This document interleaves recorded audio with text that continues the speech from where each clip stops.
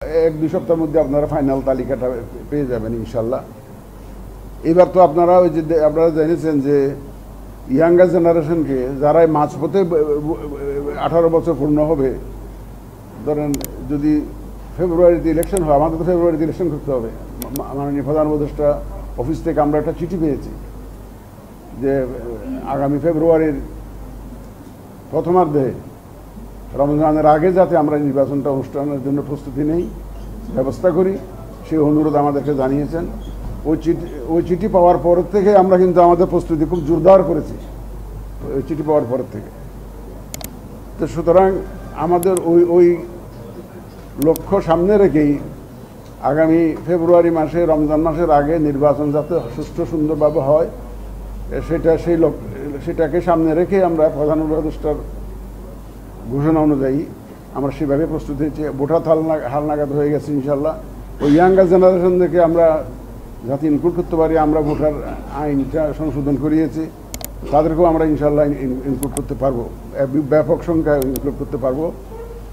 আমাদের যে ভোটের জন্য যে কেনাকাটা করতে হয়, প্রকিউরমেন্ট একটা বিগ এক্সারসাইজ, এটা আমরা মোটামুটি খুব এগিয়ে চলছে ইনশাল্লাহ। আমাদের এটা কেনাকাটার মধ্যে কোনো অসুবিধা হবে না। এটাও আমরা টাইমলি হয়ে যাবে। আপনারা দেখেছেন যে আমরা ওই যে পার্টি রেজিস্ট্রেশনের জন্য এখন মাঠ পর্যায়ে 22টা দলের জন্য মাঠ পর্যায়ে ভেরিফিকেশনে আছে।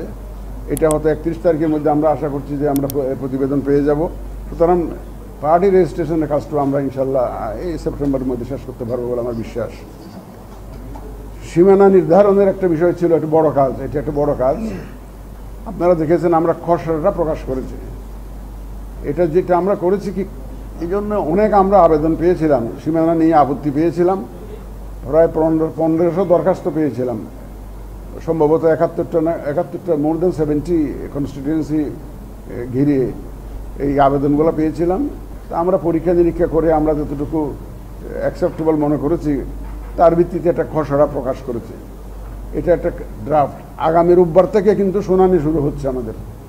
এই যে এই খসড়ার উপরে যাদের আপত্তি আছে, যাদের কোনো বক্তব্য আছে, এইটা দেওয়ার জন্য আমরা এই যে আমি তো কালকে ইনশাল্লাহ সকালে গিয়ে আমাকে শুনানিতে বসতে হবে।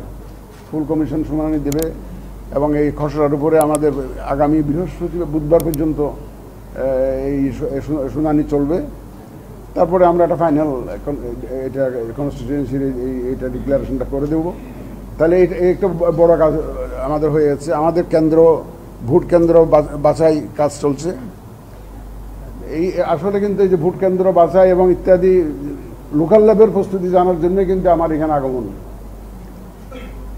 আপনারা ওই আইন শৃঙ্খলার প্রথম ডিসিএসপিদের কথা বলি, আপনি যে বললেন যে ওদের বদলাবেন কিনা, আমাদের তো সেটা তো প্রক্রিয়া, এটা কিন্তু রেগুলার এক্সারসাইজ।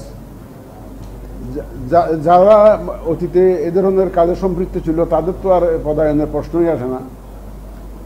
কিন্তু আমরা যথাসম্ভব একটা সুষ্ঠু নির্বাচনের জন্য সুন্দর নির্বাচনের জন্য যে ধরনের কর্মকর্তাকে পদায়ন দরকার, আমরা খোঁজখবর নিয়ে একদম মাঠ পর্যায়ে খোঁজখবর নিয়ে সেই ব্যবস্থা আমরা করছি ইনশাল্লাহ।